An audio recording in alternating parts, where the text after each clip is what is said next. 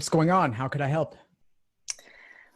So I've been doing a lot of practicing, obviously, and I noticed actually on my reading comp that I've been getting more mistakes than I did in the beginning. I definitely dramatically improved on logical reasoning. I'm getting like double or even triple the correct answers that I did from my diagnostic, but for some reason, I'm actually not. I'm doing worse on reading comp. Not even that I'm not even improving, I'm doing worse. So I don't know why that is. And I noticed that I get a lot of mistakes on main point questions when it comes to reading comp. For logical reasoning, I don't, I'm pretty good with main point or like main conclusion and things like that. But I don't know why for reading comp, like I guess I fail to see the big picture because I don't know if it's because I focus on details. Like I get it. I usually select the answer that comes closest to the correct answer.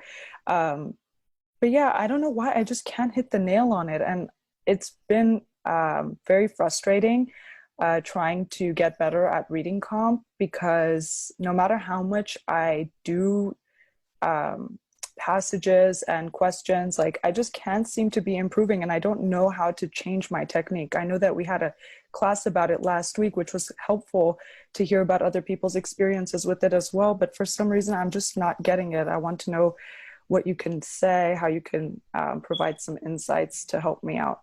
Yeah, sure. Happy to do it. So I'm glad that you attended the class last week. Variety of approaches there. So I'm glad you found it helpful, but what, if anything, did you change about your reading comp as a result of attending that class? Yeah, so what I've been doing is this technique that you showed, I think it was from you had a PDF of like these students of yours who had kind of summarized their own versions of the 2007 LSAT passages. Like they had paragraph by paragraph, and which is interesting because I saw that as a technique online. It said that if you struggle with reading comp, you should go paragraph by paragraph.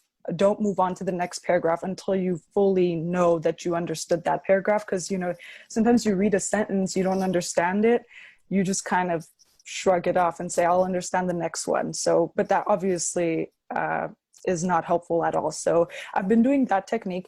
I would say that actually, since I did pick up on that technique, I got a little better. But I guess what I was saying earlier was that before I picked up that technique, I actually started doing worse.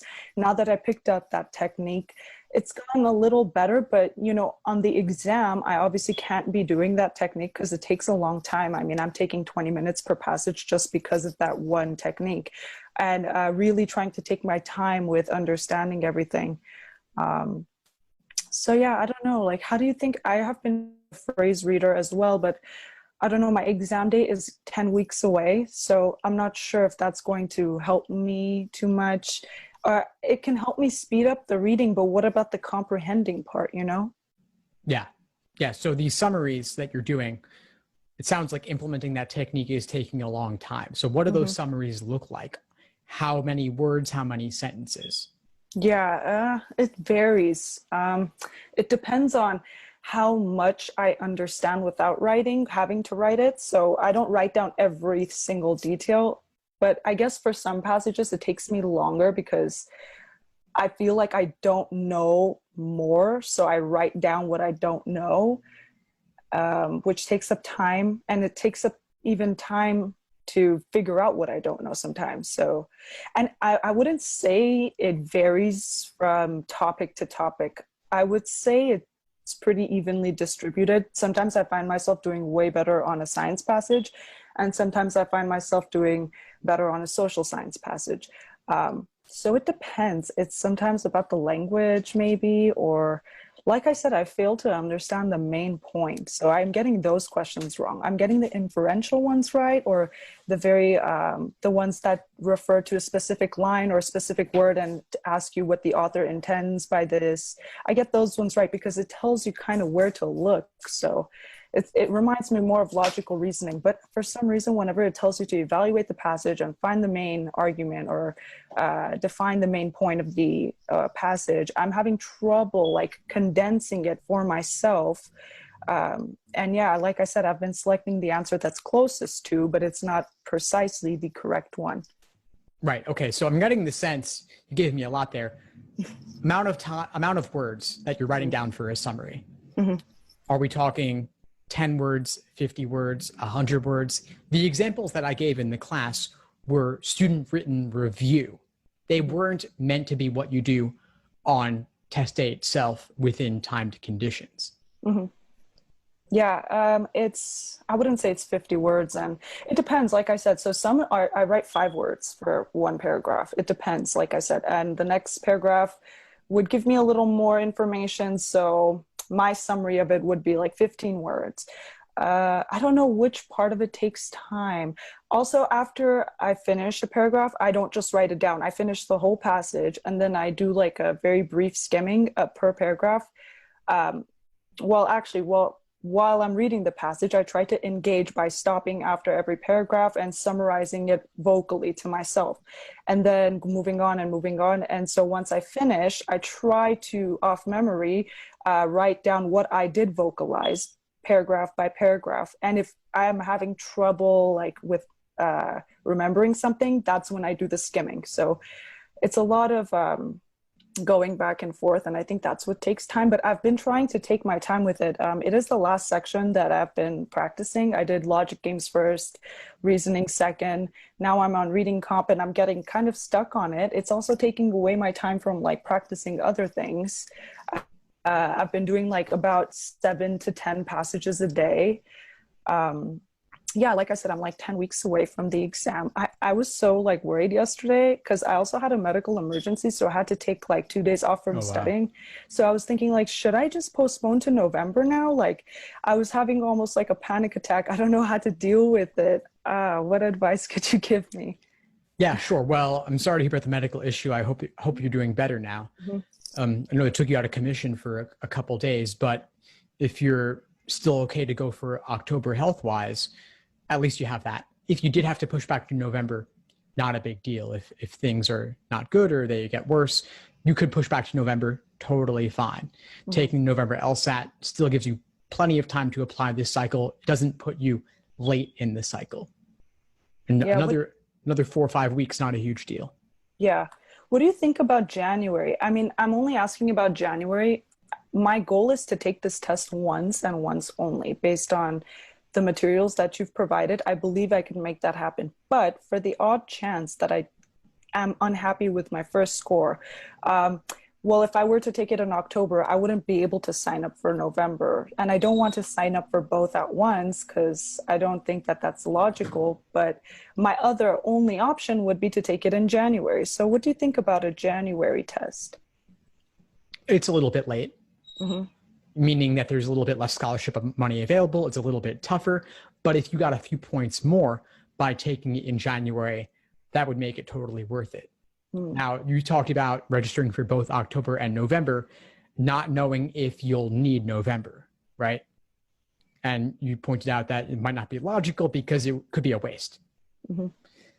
And yeah, it could be a waste in terms of money, in terms of fees, but that might be what you need to do in order to be able to apply relatively earlier. If you could apply 2 months earlier by registering for November, even if you didn't need it, it'd be worth the $200, even if it was lost. Yeah, that makes sense. I think, well, like I said, I want to take the exam once and I plan to, but hopefully all goes well. But yeah, I guess right now I'm just kind of stuck with deciding between October and November. I prefer to do October, but I don't know if it's gonna completely depend on my preference. I have to see when I'm completely ready. Regardless, for October, I believe the deadline to sign up would be like beginning of September anyway, so I would have to decide quick. And yeah, I don't know. Do you think 10 weeks is a sufficient amount of time to improve more in reading comp? Yeah, it is. 10 weeks more is plenty, especially you've already been at it for a while. You've seen a little bit of what works and what doesn't. And I want to talk more about the reading comp summaries, but just to go back to, again, the test dates, just register for both. If you're able to afford it, just have that secured, have it taken care of.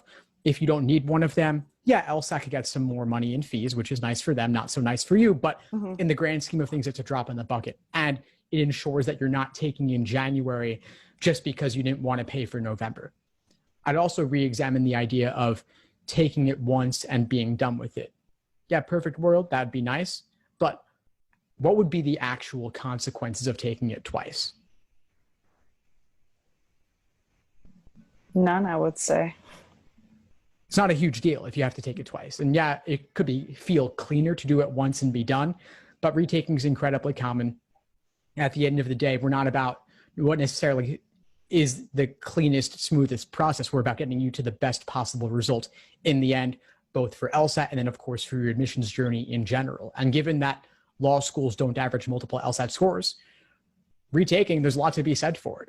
I think most people should retake just because through luck alone, you could do a few points better and apply with a higher score. So why wouldn't you, especially since the exam dates are only 4 or 5 weeks apart? Yeah. The thing is, though, with October, if I were to take it, I believe it said it was a non-disclosed form. So I wouldn't really, if I plan to take it both in October and November, then I wouldn't know what I need improvement on. I mean, I can get a general idea, but that'd be really general. It wouldn't like specify anything for me to focus on for the next, it would probably be 4 or 5 weeks away. So I don't know, like that's kind of another thing that I've been thinking about. Is taking an exam back-to-back months a good idea even? Taking 2 exams back-to-back is fine. I mean, I don't see the downside. If you're doing 3 or 4 back-to-back, admissions is going to be like, is this person really carefully considering when they're ready for the LSAT versus taking and taking and taking just to get a higher score, which obviously you want to do. Everybody knows that, but they also want to know that you're carefully considering each take. But 2 back-to-back and on consecutive months is totally fine. I also want to circle back to the idea of undisclosed exams. This year with the flex, everything's been undisclosed so far. That may continue. They may disclose at some point in the future. I think they're going to want to. But if October is flex, which I would say probably, November might be flex, I'd say, again, that's a probably. So I wouldn't count on disclosed exams anytime soon. Okay. But then there's also the question of, do you need the exam to be disclosed in order to know what to work on? You opened this conversation about reading comp. You haven't taken the exam before, yet you know reading comp is an area you want to focus. Nobody had to tell you that. You knew just from your own experience. Yeah, that's true. Yeah, I don't know. Another thing, I don't even know how to sit down and focus on reading comp without getting so frustrated. I think my frustration with it is something that turns me away from it. And I think that you have mentioned this, but I mean, I've definitely heard this like generally everywhere I go. You should probably focus on the things that, are your weaknesses, but then other places say focus on your strengths. I think with the LSAT, it's more about the weaknesses because your strengths will only take you so far. Your weaknesses will take you even farther, I feel like, if you master them. So I don't know. It's just so complicated. But I mean, like, you're familiar with this journey because you've been on it for a long time and you struggled with it too to begin with. So that's kind of an inspiring story to hear. But then it's also like, yeah, it took you 1 year to master it. So I hope that, but also you said that that happened to you because you didn't have like the resources or the proper tools to improve like fast. You kind of just took practice test. So yeah, and I guess another conversation. So for practice tests, is it okay to not take 10? I know that you said take 10 exams. Well, it would be ideal to take 10 timed exams. And is it okay to not take 10? And if we were to take them, do you think it's better to do the 5 section timed ones? Because that's what I've been doing. But I do get burnt out for the next like 2 days. So what do you think about that? Well, October, as you said, 10 weeks away. So doing 10 full-length exams is perfectly reasonable. You could fit that in. You could do 1 exam a week between now and test day. And because you've already been at it for a while, you already have the foundation. I think that's a reasonable idea. You could also even do 2 exams per week. If you have the time in your schedule, along with detailed review of those exams, that'd be fine also. Especially since it's a flex, it's almost certainly going to be a flex for October. I believe it's okay to do majority 3-section exams. Okay, And that's good. LSAC has typically been announcing about 6 weeks prior. So if that continues, you'll know in about a month, 4 weeks from now or so, whether it is flex or not, assuming previous holds. Then you can adjust accordingly. But for now, when you're 10 weeks out, I think doing 3-section exams is fine. Then as it gets closer, you might want to do 5-section exams on the off chance it was regular, not flex. But I would bet a lot of money October is going to be a flex. What about November? I'm just curious. You said it's likely to be a flex. I'd say it's also pretty likely. I would, if I had to put numbers, I'd say October at the moment, speaking now, end of July, October, 99% flex, November, 90% flex. Just based on the direction I see things going in general, based on what I'm seeing in the news and such, I think COVID's going to be around for long enough that it warrants making the LSAT online, since they clearly have the ability to do it. Why would they do it in person with all the potential risks and logistical issues involved to administer with social distancing, masks, half-empty classrooms, half-empty test centers? I don't see it happening. Yeah. Now, to go back to, I think there was an important point you raised here around getting discouraged by reading comp, not liking reading comp, focusing on strengths versus weaknesses. They each have their place. Weaknesses, there's more potential to improve significantly, and so go for your lowest hanging fruit. On the flip side, though, you don't want to hit yourself over the head so much with weaknesses that you dread the idea of studying in general because you're not doing well and you don't like what you're doing. So you could mix in a little bit of other work too, just as a booster and just to stay fresh. So maybe let's say, what's a section you like, or what's a question you like? Like, I like logic games a lot. I hear that. The whole section. So do some games, mix in some games here and there. Also, if you're doing at least one full length exam, meaning 3 sections here, you're doing games there. So you're doing games. You're also getting the benefit or the pleasure of measuring yourself, which alone is fun. People like measuring themselves. We like the feedback, and that's to be moderated, not to go overboard on it like I did. As you said, I was just taking exam after exam, wasting a lot of time. But doing a little bit of that makes sense, since the exam, you want to work on pacing, you want to work on endurance. So exams are a way to do that and mix it in. And of course, you could also drill tough curveball games as well, just to keep things interesting for yourself. There's a lot of games out there, but reading comp is where I would significantly focus a lot of your time aside from full-length exams. We also talked about main point, main idea, getting that. So I think a lot about what you need your summaries to look like. Do they need to be really content heavy, or could they simply be more general? Like, there's evidence here, there's viewpoints here, there's the author's opinion here. So you could approach summaries on a more meta level rather than trying to get down a lot of the details and a lot of the substance. Yeah, I feel like that's what I've been doing, and it's actually not helpful at all. Okay, that makes sense. And then I kind of want to go back to one thing that you said about carefully reviewing the practice exams you take. When you say that, I'm assuming you mean figuring out why you got the wrong answer, figuring out why the wrong answer is the wrong answer when you get the wrong answer. But what about the right answers that you get? Would you recommend looking over those as well, or does you getting it right kind of guarantee that you would get a question like that right? It's a great question. So there's a whole variety, there's a whole spectrum here. You have getting things right and being confident in it and approaching it efficiently. There's getting it right, but getting it right too slowly or inefficiently. If it's inefficient, it's worth reviewing. If it's a lucky guess between 2 or more, it's worth reviewing. If your confidence level's pretty low, it's worth reviewing. So not necessarily only the wrong answers. Those other ones I mentioned are also good candidates to review. And this means reviewing can take a really long time, but it's worth it. Yeah, seems like it. By reviewing is how I kind of improved on logical reasoning, actually. So that is how I understood it to be very worth it, and probably one of the most significant points in your whole process of learning the LSAT and kind of trying to master it and understanding how the test makers even come up with these questions. So yeah, and tonight we have a class, so I'm looking forward to that.